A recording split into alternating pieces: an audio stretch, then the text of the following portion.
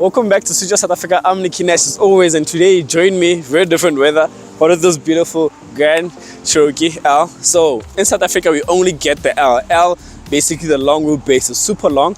Literally reminds me of one of like mini buses. That's how long it is. But before we speak about the car, let's speak about Change Cars. What is Change Cars? Change Cars online platform where you can buy, sell your vehicle, even inquire about your vehicle. So you know my example, if you own the previous generation Jeep Grand Cherokee, you can easily just go to Change Cars, ask them, should I sell my Jeep Grand Cherokee and buy this one or not? And they'll advise you depending on mileage and all of that. But that's Change Cars. Let's speak about the car that we're in today.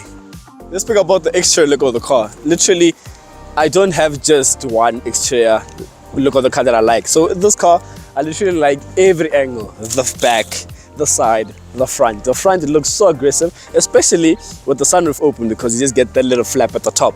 But surprisingly enough, the rear is also my favorite. This car looks so beautiful. Jeep went all out with this vehicle. Jeep is coming for everything. As my photographer, the guy standing behind the camera, will tell you, Jeep is coming for everything. And I do agree. The look of the vehicle here at the back, amazing. Come, I'll show you in front. When I say aggressive, what I mean. So the look of this vehicle, literally in front, it looks so aggressive. And right now you guys are seeing it at its lowest level. So from the side, this is as low as it goes. So this car has air suspension, and the air suspension, it works wonders. The car goes Look of this vehicle, it's so aggressive. I really like the look of this car in front because it commands the road. Literally, when it's pulling up behind you, you're gonna wanna move out of the way. The look of this car in front, just amazing. Also, what I do like about it, I said it the same thing in my Gladiator review, is that this 1, 2, 3, 4, 5, 6, 7, 8. This, the grille, it speaks Jeep. When you see this, if I just show you this part, you see Jeep, you see nothing else. So this car, it looks like a Jeep. And what I do like about it, we're in South Africa, but this vehicle speaks American. It says I'm an American vehicle. It shows you that this is an American vehicle. I like the fact that Jeep considered bringing this car to South Africa. So engine wise, you get a 3.6 liter Pentastar engine, V6 petrol engine. You know what a V6 is. If you watched my Gladiator review, you saw what I said about the engine of this vehicle, and I am gonna say it again with this vehicle when I speak about my driving impressions. But before I speak about my driving impressions, we need to speak about 3 things I like and 3 things I don't like. And before that, my interior, my mistake. Let's get inside. Let me show you the interior, then we'll get to that part. The interior of this vehicle is a very nice place to be. We need to speak about how amazing this car is interior-wise. So what I do like about this car interior, the seats are comfortable, and mind you, this isn't the top of the range. This isn't the full spec. This is the mid spec. This is the Overland. There is a Summit Reserve over this. You should be seeing overplay videos of the Summit Reserve. So the Summit Reserve has different type of leather, and instead of a 5-seat configuration like this one, it has a 6-seat configuration. I like that about the Summit Reserve. The Summit Reserve for me, interior is the one to go for. But if I hadn't told you about the Summit Reserve, you'd think that this one is the full spec, because literally you're getting almost everything. You have a 10-inch instrument cluster, digital cluster, shows you everything. You can see your navigation there, fuel efficiency there, your gauges there, literally your driver aids, you can see it right there. And also what I do like about the steering wheel as well is that this part, it looks like touch buttons, but these are actually actual buttons. I like that about the car. Jeep didn't try to be fancy and go for haptic feedback, touch sensitive buttons. Then the interior over here, it looks nice and all, but personally, spec wise, I wouldn't spec it like this, because there's a lot of piano black, and piano black is literally leaving fingerprints everywhere. As you guys can see on the screen, here is just fingerprints, and I don't like that about the car in terms of the interior, because fingerprints everywhere. Personally, I'll spec it different specification. If there's wood trim, I'd go for wood trim, but I like that the car has everything you want is here and here. You don't have to go too far into the menu, the infotainment system, all of that, and find where's what, because literally even traction off is a button at the top here. Literally everything is a button at the top here. Other cars, you have to faff around in the infotainment system and then get it. Also, what I do like is the climate control system. Jeep does this so well. Even the Gladiator, they give you everything you want right here, and then they also give it to you in the infotainment system. So if you like in the infotainment system, you're catered for. I like buttons, I'm catered for. And something this car also has is a screen on the passenger side, a screen that actually works. So how does that work? So if you're driving and the passenger is not keen on listening to your music or or is just bored, they can literally plug with an HDMI. There's an HDMI cable slot here in front for the passenger. They can watch whatever there. They can also play music. So you're asking yourself, does their music play through the 19-speaker Pentastar sound system this car has? No, it doesn't. You need to connect with wireless Bluetooth earphones, and then you can listen to your own music, watch your own movies as the passenger. And nice thing is that when it's on, as the driver, I can't see a thing that it's on there, but as the passenger, you can see that it's on, and it's a good thing because you don't want your driver getting distracted by your funny movies and all of that. And interior wise, it feels so good. There's wood trim over here. That wood trim, I'd option it down here so that to minimize the piano black. But interior wise, I've literally told you every single thing you need to know about this car. It has a huge panoramic sunroof, and I might have missed a few things about this car, but trust me, this car is the one to have. There's nothing that I could fault those car in terms of interior. The Macintosh sound system bangs. It's an amazing 19-speaker sound system, but what I don't like is that it rattles there at the back where the subwoofer is. And I thought it was just my test unit, but it's literally all of them. So with that being said, let's speak about 3 things I don't like and 3 things I like about the car. And then how do you do it the side? We start at the back. Let's get it. So now speak about 3 things I don't like about this car. What I don't like, number 1 is here. That's where the subwoofer of the 19-speaker Macintosh sound system is. I like that, but what I don't like about that is that the subwoofer is here. Something in here rattles in terms of the sound system. I thought it was just this specific unit, but I asked around other people that had different units and same thing. So that's what I don't like. It will get irritating, but you get used to it and end up blocking it. But it's the first thing I noticed when I got the car. And the second thing I don't like about this car is this. The fact that this car only comes with a 3.6 liter V6. I need a diesel in such a thing. I need a diesel. That's the second thing I don't like. Third thing I don't like, I don't have a third thing I don't like. I'm gonna end it at 2 things I don't like.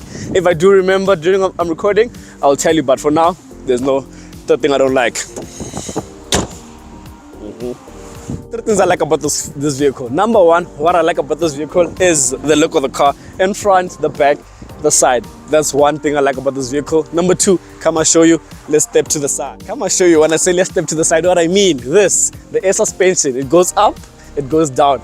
That's the second thing I like. Third thing I like, interior. Come I show you. The third thing I like about this car is where I'm sitting, the interior. This car is so nice to be. To drive, number 1, very nice. To sit at the back, number 2 that I like. The third thing I like is the 3rd row of seats. Literally, this whole interior of the vehicle, amazing. Sunroof, 3rd thing I like. Now, we're speaking about the driving impressions. Let's go.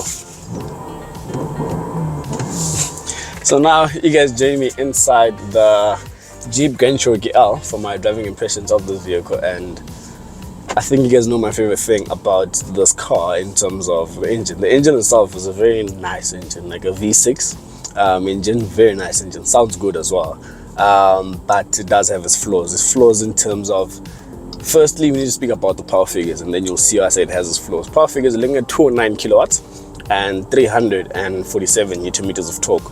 That's where its flaw is, the torque. But as much as the torque is low, it handles this whole body quite well. So this car, the transmission is the same one found in the Jeep Gladiator, literally the exact same thing. It's an 8-speed torque converter, and it shifts really quick enough for what it is. I do like it. I've never had any problems with the gearbox, but looking more to the power of things, for you to really get the most out of this car in terms of its power, you need to rev it, because it's a petrol engine, so the torque is not early, it's more towards the top end as you're revving it out, and eventually that does hinder your fuel efficiency of this vehicle. The lowest I average was 13.1, and on one tank, you should be seeing an overplay video, I did 498 if I'm mistaken, and my range at that time was saying 100 and, or just say 200. So I think on one tank here you can get over 600 k's, under 700 if you're pushing it. So most cars this big, you'd want a diesel engine because that's the more logical sense, basically a diesel engine, because such a car you'd be using it for towing, and also fuel efficiency. Such a big vehicle, you'd want proper fuel efficiency, something around 10 or even less than 10. So that's where this car does have its faults, fuel efficiency and the towing capacity, in terms of it doesn't have that grunt you'd want, like any other like most of its competitors. So competitors, we're looking at the BMW X7 and the Mercedes-Benz GLS. That's the main competitors. So now here's those cars. How can I put it? It's party piece, I should say. So those vehicles, you're looking at 1.5. This is the mid-spec, the Overland. You're looking at 1.5 million rand, and you're literally getting a lot of car for that money. And its main competitors, if you were to spec it this way, the way this car spec'd, its main competitors, the BMW X7 and GLS, you're easily looking close to 2 million rand. So you need to look, where do I go? Do I opt for 500,000, 400,000 rand more, or settle for this? And honestly, looks-wise, I prefer this. The thing looks beautiful. It's been catching so much attention, and it's so big. The sound you're hearing is the lane assist, in terms of, so when you just swerve into another lane, because it's reading the lanes, when you just go on top of a lane, it'll make that sound. So if I was playing music, it'll cut the music, make that sound. And I do like it, but it does get irritating. And if it does get irritating for you, there's a button here. You press 1, 2, then it switches off. So I like about the car. So now something I need to touch on in terms of, is it easy to overtake if you at its power point, like you know that this is where the car is mostly happy to be, then yes, the overtaking, it does make it more easier, more simpler. And I do like that about the car. So overall, is this car worth the money? Looking at what the car can give you, is it worth the money? Honestly, personally for me, I feel like it is, but I'm not going to touch too much on that because I'm in my driving impatience. We're going to speak about that in my recommendation, and for that we need to be outside the car, and I'm going to speak about, do I like the car, would I buy the car, and my recommendation. And it's going to be very interesting. Please keep it locked, watch out for that. So my recommendation of this vehicle, I always ask myself those 3 important questions. Do I like the car? Would I buy the car? Would I recommend the car? Do I like the car? Definitely. Would I buy the car? I would like to think so, definitely, yes I would. Would I recommend the car? Definitely. So look, in terms of recommendation, this vehicle, you're looking at 1.5 million rand for this specific one that I'm in. This is the Overland, the mid specification. And for that money, you're getting a lot of car. And because when you look at its competitors, looking at the BMW X7 GLS, they're significantly more than this car. But their selling point is that they have diesel variants of their cars. So Jeep is not offering, or they don't have plans to offer a diesel variant of this vehicle. So that's where things comes a bit tricky for this vehicle. As a customer, obviously you'd know why you'd buy this car. Or you're gonna buy it because you're gonna do long trips, you're gonna buy it because you need a family car to get you from point A to point B, or you wanna buy it because you like the car. And honestly, those 3 questions, are you gonna buy it for long distance? It can do a long distance, but it's not the best out of the bunch. It's not the best. I've driven the BMW X7, the 30D, the diesel variant, and that one, long distance, does it very easily. I haven't driven the GLS, so I can't say much about that vehicle, but I know long distance wise, this is not the best. But in terms of if you like the car, you definitely buy it. And if you want a family car, because a 7-seater, as you can see, then definitely this vehicle will get the job done. It's not a car that you'd buy and then you'd be like, this car's lacking in 1, 2, 3. It gives you what you want when you want it. It gives you what you want in terms of, it has the space, 1, it has the looks, 2, and it has everything else, 3, and value for money, it has that. That's what this car has. And you know what, I've told you about the car, I've summarized it for you. Comment down below if you guys would buy this vehicle over the competitors, or you'd spend the extra 500,000 rand, 400,000 rand on the competitors because they have diesel engines over this, or you'd settle for this one and make the most of this one. Comment down below what you think of the car, what you think of everything. Comment, don't be shy. Also, I'll be restocking on terms of my caps, and t-shirts are coming soon, so keep it locked on that one. Follow me on my social media, links are down below in the description box below. But thank you for watching. I'm Nicky Nash as always, and you guys might think that this car doesn't have an electric boot. No, you close the boot over here. So yeah, I hope you guys like the content. Signing out, Nicky Nash.